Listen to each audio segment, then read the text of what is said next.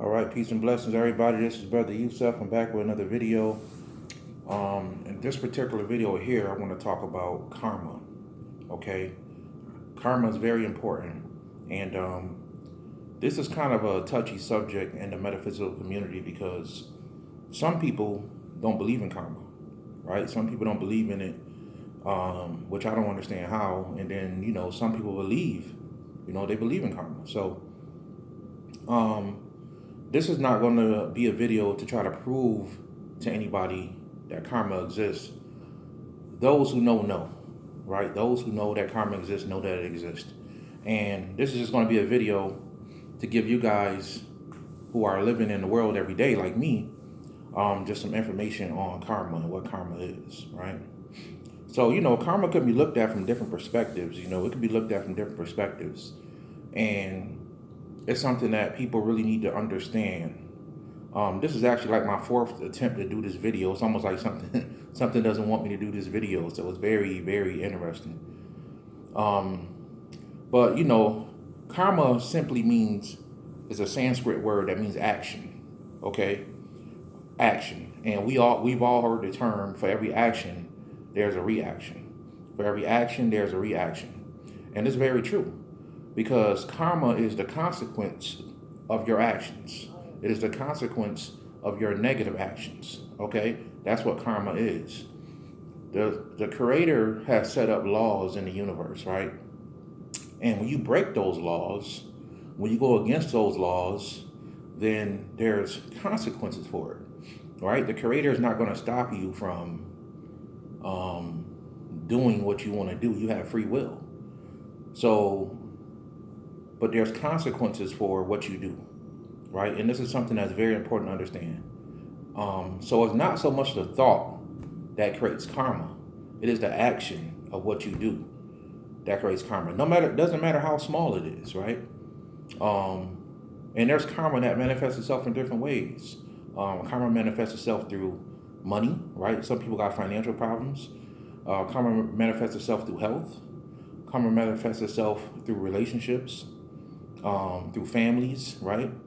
And usually what happens is, before you come down, you choose your parents. And this is the truth, right? You choose your parents.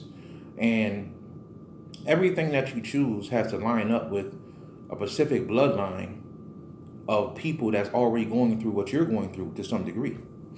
And maybe you're born into a family, let's just say, with drug addicts, right? It's a good chance that you're going to be faced with that, even if you overcome it, right? You're going to have to face the test of doing drugs, right? And you may be the person that's strong enough to say, you know what, I'm not going to be the one that's going to do drugs in my family, right? And you can overcome that. That's overcoming your karma, right?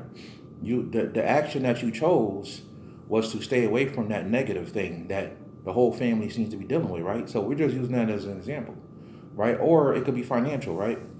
So you may choose at one point in your life that, you come from a family that's poverty stricken. Great grandma had financial problems. Mama and daddy, grandma had financial problems. Mama and daddy had financial problems. And it comes down to you. Now you may be the one to decide, well, you know what? I'm gonna start some real estate. I'm gonna start investing my money. I'm gonna leave something for my next generation. When you do that, you break the generational curse. That's another way to look at karma. Karma can be also looked at as generational curses. These things are very true, right? Generational curses is karma. It's karma that the whole family deals with. Okay? Karma that the whole family deals with. So you may have a lot of people in your family that go to jail, right? Or you may have a lot of people in your family that's always getting shot or stabbed or murdered, right? This is generational curses. Families that have financial problems, a whole family poverty stricken, that's a generational curse. There may be molestation or rape in your family. That's a generational curse. There may be sicknesses that go down in your family. It doesn't matter if it's high blood pressure, sickle cell, cancer, strokes, heart attacks. These are generational curses. And it's also another way of saying karma, right? So let's look at karma from two ways. Karma can be looked at from two different ways because one way people pretty much understand what you get back, you put out. But another way, which I'm going to talk about here, people don't really understand, right? And karma affects everybody. Nobody is separate from karma. Me, you, everybody deals with karma, right? It's about what are you doing to fix your karma. That's the most important thing. So let's look at karma from another perspective, right? Sometimes you may be a person that, you know, you didn't really do anything wrong, or you didn't feel like you did anything wrong, but someone in your family may be kidnapped, or someone in your family may be hurt or injured to the point where it breaks your heart, right? Your heart may be broken. And a lot of people have had to deal with things like this, right? Sometimes you may be in a family where, you know, somebody was murdered, right? Maybe one of your brothers or sisters was murdered, or your uncle or somebody was murdered. That's also karma. The person that it happened to was dealing with karma. And the person that's feeling the hurt and the pain is also dealing with karma, right? Everything negative that you experience is always based around karma. This is why some people experience bad things that other people don't. Some people live their whole life without getting shot. Just a fact. Can't nobody deny that. There's a lot of people that's never been shot on this planet. The people that do get shot, that's karma, right? There's some people that don't deal with people in their family being murdered. Some people do. The ones that do, that's karma, right? But the ones that don't, maybe they dealing with poverty. You see what I'm saying? Every family in the world, every family deals with some type of generational curse. Every family. So sometimes the reason why I brought that up was because sometimes karma can affect you without it affecting you directly. It can still affect you. It can affect your surroundings and still affect you. So, you know, you may have a history of cancer in your family, and then your mom dies from cancer or something like that, or a little child in your family gets sick and dies from cancer. The pain that you feel is dealing with karma, because we live in hell. And I know some of y'all may have a hard time believing that because the world looks beautiful. In some ways it does. But every negative thing you could think of, and can't nobody deny this, every bad and negative thing you could think of has happened here on this planet. You know, when you go to, from a biblical perspective, they say when you go to hell, you're going to burn forever. Well, you can burn here on earth, you know. They say when you go to heaven, you're going to have pearly gates. You can get pearly gates here. You know, you can have pearly gates here. You know, there's torturing going on in hell, right? There's torturing going on here, right? One day, everybody will realize that you are living in hell. Earth is a prison. It is a prison. It is a hell state. See, because you can't kill a soul, you can't kill a spirit. So how do you make a spirit suffer? You put it in a human body. It's the only way it can experience suffering is once you put it into a human body. The flesh alone, the human body alone deals with karma. Just by you being born is dealing with karma. You don't believe me? Well, how come when you're born, from the day you're born, you're on your way to die? That's a fact. From the day you're born, the first time you take your breath in and out, you got a clock ticking, right? You're going to leave here one day. I don't care how good of a person you are. Everybody deals with that.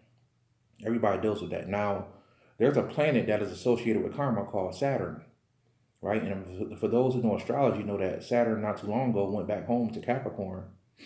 And, you know, it's funny because they say daddy's home when Capricorn comes home. You know, they say daddy's home.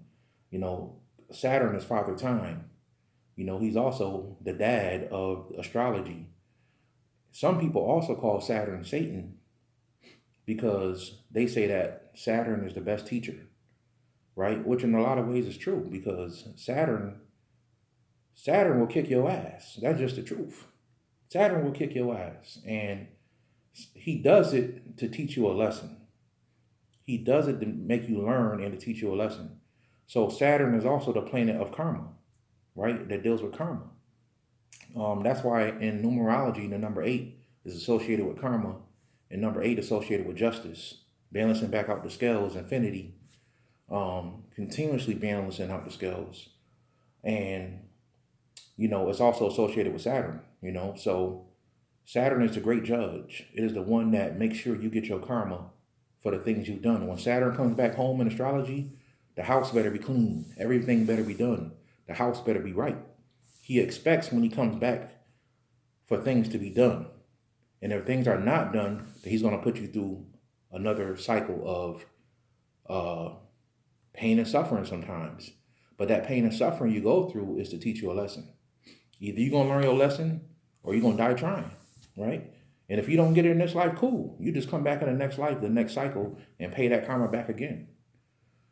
So if you was a thief and you stole from a lot of people, or you're a thief now and you steal from people, it's a good chance in your next life, depending on how much you stole, you're going to probably be born into a third world country where everything is going to be you're going to have to fight for everything, or people are going to constantly steal things from you, right? Or you're going to be in a position in a future life where things are going to be stolen from you until you pay back that karma.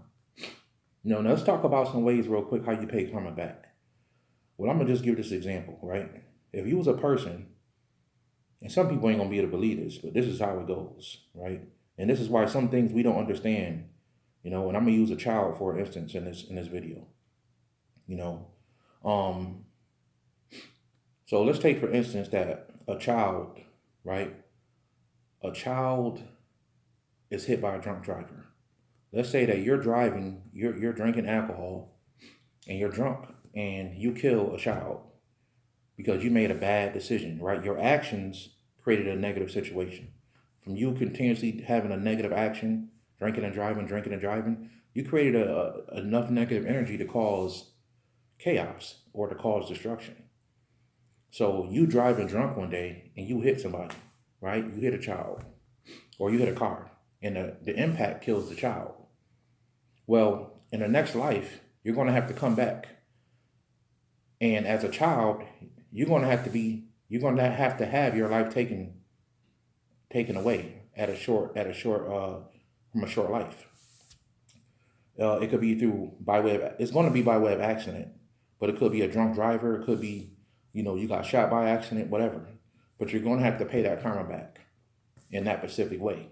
That's just the law of the universe. We're not talking about good and evil here. We're talking about the laws that the Creator set up, cause and effect, right? Go study the Hermetic principles. You can look at this as cause and effect, right? For every action, there's a reaction. So that's kind of how karma works, right? What you put out there, you're going to get it back. I don't care how good your life is. Maybe you're a thief for a living, and maybe you've made millions of dollars from stealing, right? Maybe you're that type of person. It's cool. You may enjoy your life now while you're stealing, but trust and believe you're going to have to pay that back. And you're going to be, one of the worst parts about karma is being born again and not remembering your past lives. And a lot of people, the majority, 99% of people go through that. You got a few people from children, they can remember their past lives, right? That's rare. But you got some people who remember their past lives as they evolve in consciousness. But that's one of the worst things, you living a life and maybe you're suffering in your life and you don't understand why, right? You don't understand why. That's one of the worst parts of karma. Not remembering, having your memory taken away. But that's the part of coming down here into a physical body, is having your memory snatched. That's the worst thing, right? And that's what enlightenment is all about, is evolving yourself to a certain level and taking your memories with you as you evolve and go up to the higher levels. But to come down, your memories get snatched away from you. So you could be living a life and not even understanding why, some negative thing is happening to you. So that's, to me, is probably one of the worst parts of karma. So in a nutshell, that's what karma is.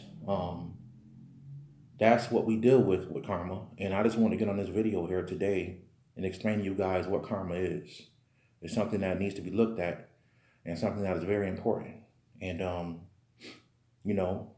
be careful. Try to do good in your life, and try to do things to get rid of your karma by giving.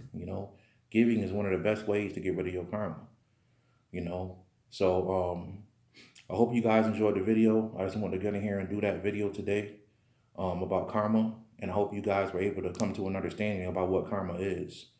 The world is round. Believe that. What goes around comes around. So try to do good in your life. Don't try to talk negative about people, do people wrong, because it's going to come back. It's going to come back. It doesn't matter what you did or how sorry you are, it's going to come back. All right? So this is Brother Yusuf. Until next time, peace.